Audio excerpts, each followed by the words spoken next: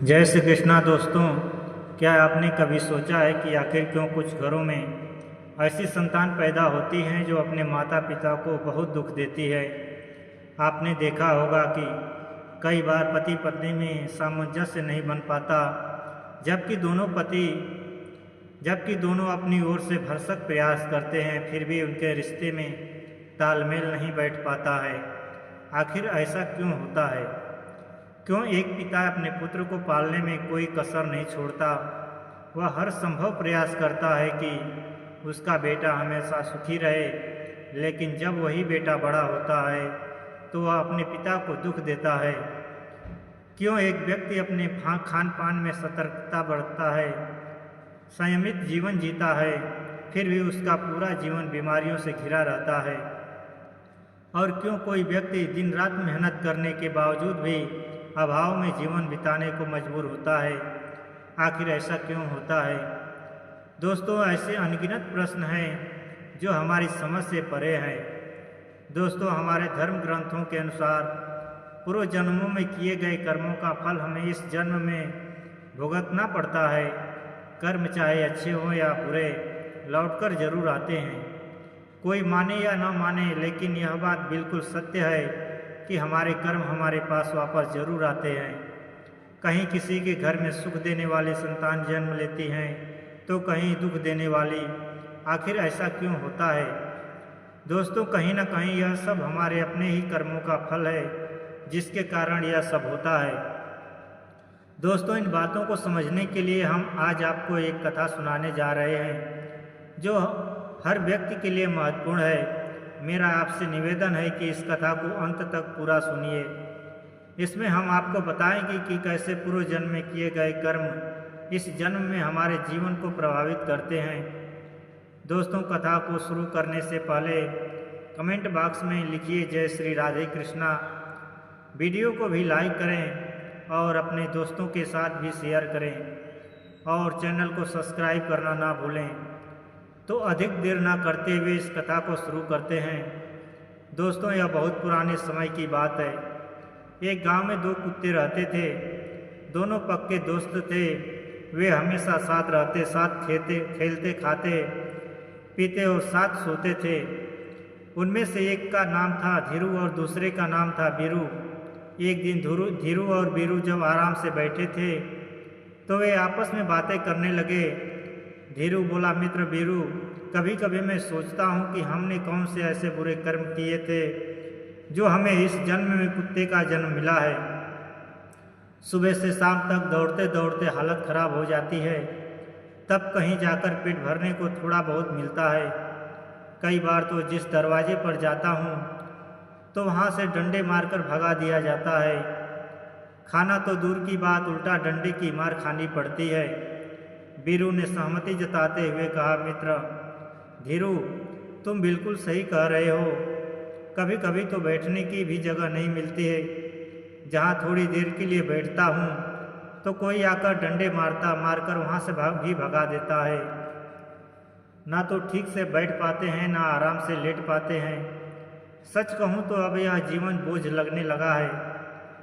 धीरू ने सिर हिलाते हुए कहा, बीरू, इसमें कोई शक नहीं कि हमने पिछले जन्म में जरूर कोई बुरे कर्म किए होंगे।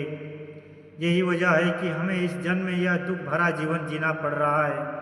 धीरू आगे कहता है, बीरू, मुझे लगता है कि हमें अब कुछ करना चाहिए। क्यों ना हम तीर्थ यात्रा पर जाएं। तीर्थ की यात्रा, भगवान के दर्शन और साधु संतों का आशीर्वाद लेने से हम दोनों का कल्याण हो सकता है। यह जन्म तो हम नहीं बदल सकेंगे, लेकिन कम से कम अगला जन्म तो सुधर ही सकता है। दोस्तों, यही सोचकर एक दिन धीरू और बीरू ने तीर्थ यात्रा पर जाने का निश्चय किया। हालांकि उन्हें रास्ता नहीं पता था, लेकिन उन्होंने ठान लिया था कि यात्रा आरंभ करनी चाहिए। रास्ता तो धीरे धीरे मिल ही जाएगा। अगले दिन सुबह होते ही दोनों यात्रा पर निकल पड़े। रास्ते में चलते चलते जब रात हो गई तो वे एक गांव के बाहर एक पेड़ के नीचे रुक गए। दिन भर की थकान से वे इतने थक चुके थे कि तुरंत सो गए। सुबह उठने के बाद उन्होंने फिर से अपनी यात्रा प्रारंभ की। चलते चलते लगभग दोपहर का समय हो गया। तो उन दोनों को भूख का एहसास होने लगा। धीरू ने बीरू से कहा, मित्र अब तो मुझसे और चला नहीं जा रहा है, भूख के मारे जान निकल रही है मेरी। इस पर बीरू ने कहा, तुम सही कह रहे हो मित्र, देखो सामने जो गांव दिख रहा है उसके पास से घना पेड़ भी है, पहले वहाँ थोड़ा आराम कर लेते हैं, फिर गांव में जाकर खाने का कुछ इंतजाम करेंगे, हो सकता है वहाँ कुछ खाने के लिए मिल जाए। अभी वह दोनों उस पेड़ के नीचे विश्राम कर ही रहे थे, तभी उन्हें पास में कुछ चूहे भागते हुए दिखे। उन चूहों को देखकर बीरू के मुंह में पानी आ गया। वह धीरे से बोला, सुनो धीरू, क्यों ना हम इन चूहों में से 2-4 पकड़कर खा लें, इससे हमारी भूख तो मिट जाएगी। धीरू ने गंभीरता से सिर हिलाते हुए कहा, नहीं बीरू, हम तीर्थ यात्रा पर निकले हैं और तीर्थ यात्रा में किसी की हत्या करना पाप होता है। ऐसा करना तो दूर, यदि मन में इस तरह का विचार भी आया तो भी पाप लगेगा। हम पुण्य कमाने के लिए तीर्थ यात्रा पर निकले हैं, अगर यह पाप कर लिया तो हमारी पूरी तीर्थ यात्रा व्यर्थ हो जाएगी। बीरू ने कहा, तो फिर कोई और उपाय सोचो जिससे कि भी जीव की हत्या ना हो और हमारा पेट भी भर जाए। यह सुनकर दोनों मित्र वहाँ से आगे बढ़ गए। चलते चलते वे एक चौराहे पर पहुँचे जहाँ एक मंदिर था। कुछ देर आराम करने के बाद दोनों ने तय किया कि अब उन्हें अलग अलग दिशा में जाना चाहिए। धीरू ने कहा, अगर हम साथ चलेंगे तो दोनों का पेट ठीक से नहीं भरेगा, अलग अलग जाएंगे तो जो भी मिले हम खा लेंगे। दोनों ने अभी तय किया कि वापस लौटने पर इसी चौराहे पर मिलेंगे, जो यहाँ पहले पहुँच जाएगा वह दूसरे का सही रुककर इंतजार करेगा। इसके बाद दोनों अलग अलग दिशाओं में चल पड़े। धीरू चलते चलते एक गांव में जा पहुँचा। उस गांव में एक सुनार रहता था। उस समय वह सुनार पूजा कर रहा था और उसकी पत्नी ने उसके लिए खाना तैयार करके थाली में परोसा था। थाली में पूड़ी, सब्जी, खीर, दाल, चावल, अचार, दही आदि सजा कर रखे हुए थे। वह सुनार पूजा खत्म करके भोजन के लिए बैठा ही था कि तभी धीरू झट से थाली में मुंह डालकर 2-3 पूड़ियाँ उठाकर वहाँ से भाग गया। सुनार यह देखकर हंसते हुए बोला, राधे कृष्णा, राधे कृष्णा। उसने उठकर हाथ धोकर अपनी पत्नी से कहा, बेचारा यह कुत्ता बहुत भूखा लग रहा था, इसलिए तुम यह थाली इसे ही खिला दो, शायद इसकी भूख मिट जाए। सुनार की पत्नी को यह बात बिल्कुल पसंद नहीं आई। वह गुस्से में बोली, यह आप क्या कह रहे हैं? इस कुत्ते को यह थाली इसमें मैंने कितनी मेहनत से स्वादिष्ट पकवान बनाए हैं और आप इसे कुत्ते को खिलाने की बात कर रहे हैं। सुनार के मन में दया का भाव उमड़ पड़ा। उसने अपनी पत्नी से कहा, तुम सही कहती हो, पर शायद यह कुत्ता बहुत भूखा है, क्या पता इसके भाग्य में ही आज यह थाली लिखी हो। कहते हैं दाने दाने पर खाने वाले का नाम लिखा होता है, इसलिए इसे यह थाली मिलनी ही थी और इसने इसे जूठा कर दिया। इसके बाद सुनार ने धीरू को पेट भर खाना खिलाया। धीरू ने तृप्त होकर सुनार को मन ही मन दुआएं दी और आशीर्वाद देते हुए वहाँ से चल गया। उधर बीरू इधर उधर भटकते हुए एक व्यापारी के घर जा पहुँचा। व्यापारी ग्राहकों से झगड़कर थका माधा अपने घर लौटा था। उसकी पत्नी ने उसके लिए तरह तरह के पकवान और मिठाइयों से सजी थाली रखी थी और वहाँ से चली गई थी। जब वह व्यापारी खाने के लिए बैठा और थाल खोलकर के भोजन करने के लिए तैयार हुआ ही था कि तभी बीरू ने मौका पाकर थाली में मुंह डाल दिया और एक रोटी का टुकड़ा लेकर भागने की कोशिश करने लगा। यह देखकर व्यापारी का पारा चढ़ गया।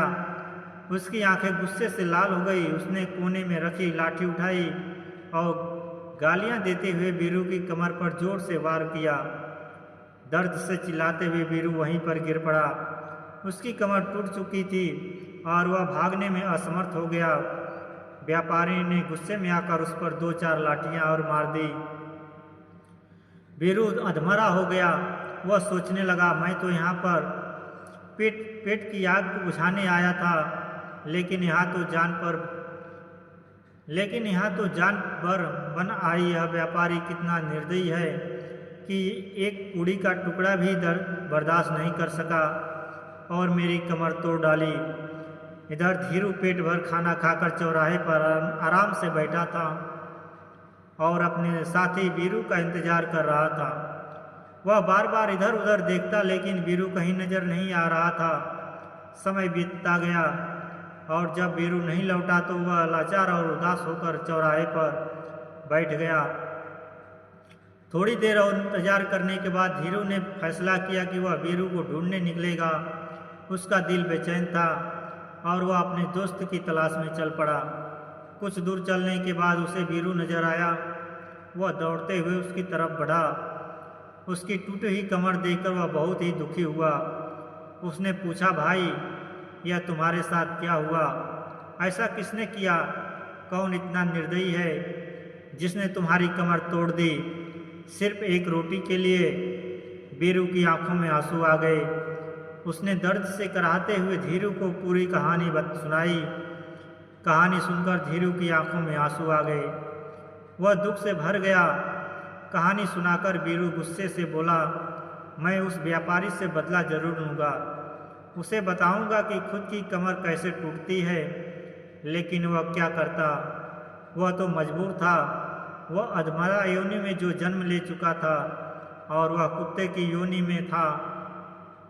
धीरू भी कृतज्ञ होकर बोला, मुझे भी उस सोनार का कर्ज चुकाना है। उसने मुझ पर कितनी कृपा की है।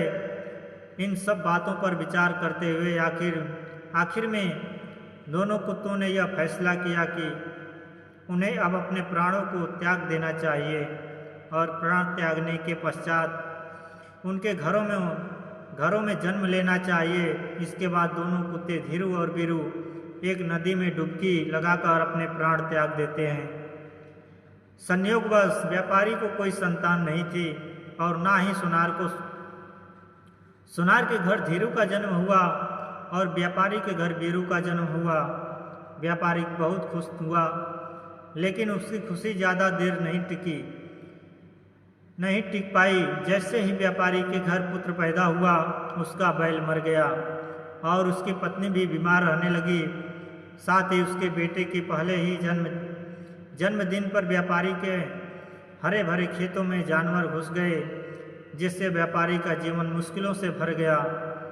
उधर सुनार के घर में भी जब पुत्र पैदा हुआ तो पुत्र के जन्म के साथ ही सुनार की पगड़ी राज दरबार में पहुंची।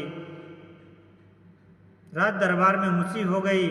सुनार ने राजा को एक युद्ध में जीत की बात बताई, जिससे प्रसन्न होकर राजा ने उसे राजमंत्री भी नियुक्त किया और उसे एक महल और अपार धन में भेंट भी दिया। जैसे जैसे सुनार का बेटा बड़ा हुआ, वह अपने पिता के समान तेजस्वी और गुणी साबित होने लगा। उसने कम उम्र में ही शास्त्रों का गहन अध्ययन कर लिया था। उसकी विद्वता का आलम यह था कि बड़े बड़े विद्वान भी उससे शास्त्रार्थ में पराजित हो जाते थे। यह देखकर सुनार का हृदय गर्व और आनंद से भर जाता था, क्योंकि उसका पुत्र उसे हर कदम पर सुख देता था। वहीं दूसरी ओर व्यापारी का बेटा बिल्कुल अलग स्वभाव का निकला। वह आलसी और दुष्ट प्रवृत्ति का था। हर छोटी बड़ी बात पर अपने पिता को ताने मारता, गालियां देता और घर का पैसा जुए में बर्बाद करता। व्यापारी अपने बेटे की ऐसी हरकतों से परेशान होकर अत्यंत दुखी रहने लगा। अंततः उसने सोचा कि बेटों को सुधारने का कोई उपाय करना चाहिए। इसी सोच के साथ वह एक प्रसिद्ध ज्योतिषी ब्राह्मण के पास गया। उसने देखा ज्योतिषी ब्राह्मण अपनी कुटिया के बाहर ध्यान मग्न में बैठे थे। फिर वह व्यापारी उनके पास गया और अपनी समस्या उसके सामने रखी। ज्योतिषी ब्राह्मण ने उसकी बात सुनी और कहा, तुम्हारे बेटे को सुधारने का सबसे अच्छा उपाय है उसका विवाह। तुम अपने बेटे का विवाह करवा दो। विवाह का बंधन अक्सर बुरे से बुरे स्वभाव को भी बदल देता है। फिर व्यापारी ने ब्राह्मण को प्रणाम किया और घर लौटकर तुरंत अपने बेटे का विवाह कराने का निर्णय लिया। वह अपने पुत्र के लिए योग्य कन्या की तलाश करने लगा। उधर सुनार ने भी अपने पुत्र के विवाह का विचार किया और शीघ्र ही उसका विवाह एक सुसज्जित और गुणी लड़की से करवा दिया। सोनार की बहू ने आते ही अपने ससुराल को स्वर्ग बना दिया। उसका व्यापार ऐसा था कि उसने पूरे परिवार को खुशियों से भर दिया। दूसरी तरफ व्यापारी ने भी अपने बेटे का विवाह करवाया, लेकिन विवाह के अगले ही दिन एक भयानक घटना घटी। उसका बेटा अचानक चल बसा। बहू के घर में आते ही कोहराम मचा दिया और रो रो कर अपने ससुराल को कोसने लगी। बहू के कटु वचन सुनकर व्यापारी गहरे सदमे में चला गया। उसने अपनी हालत पर रोते हुए दीवार से सिर पटकना शुरू कर दिया और चिल्लाने लगा, मेरा बेटा मेरी कर्म तोड़कर चला गया। क्या दोस्तों, यह कहानी हमें सिखाती है कि जैसा हम कर्म करते हैं वैसा ही फल हमें भोगना पड़ता है, चाहे वह कर्म इस जन्म के हो या पिछले जन्मों के। जैसे इस कहानी में सोनार ने अपने जीवन में अच्छे कर्म किए, उसके कारण उसे एक सुखद और गुणवान संतान मिली। वहीं व्यापारी के बुरे कर्मों का परिणाम उसे दुखी और अहंकारी संतान के रूप में मिला। यह सत्य है कि हमारे जीवन में जो भी सुख दुख आते हैं वे हमारे कर्मों का परिणाम होते हैं। पति पत्नी में अनबन, घर में क्लेश या कोई अन्य समस्या, यह सब हमारे पूर्व जन्म के कर्मों का फल है। कर्मों का भोग धार्मिक और आध्यात्मिक दृष्टिकोण से मिलता है। धार्मिक और आध्यात्मिक साहित्य में कहा गया है कि अच्छे कर्मों से सद्गुण और शुभ परिणामों की प्राप्ति होती है, जबकि बुरे कर्म जीवन में कष्ट और दुख लाते हैं। तो दोस्तों, आशा है यह कहानी आपको ज़रूर पसंद आई होगी। अगर यह वीडियो आपको अच्छी लगी हो तो वीडियो को लाइक और चैनल को सब्सक्राइब अवश्य करें। इस वीडियो को अपने दोस्तों के साथ भी शेयर करें। कमेंट बॉक्स में लिखिए जय श्री राधे कृष्णा। तो मिलते हैं अगले वीडियो में, तब तक के लिए आप अपना ख्याल रखें। धन्यवाद। जय श्री कृष्णा, राधे राधे।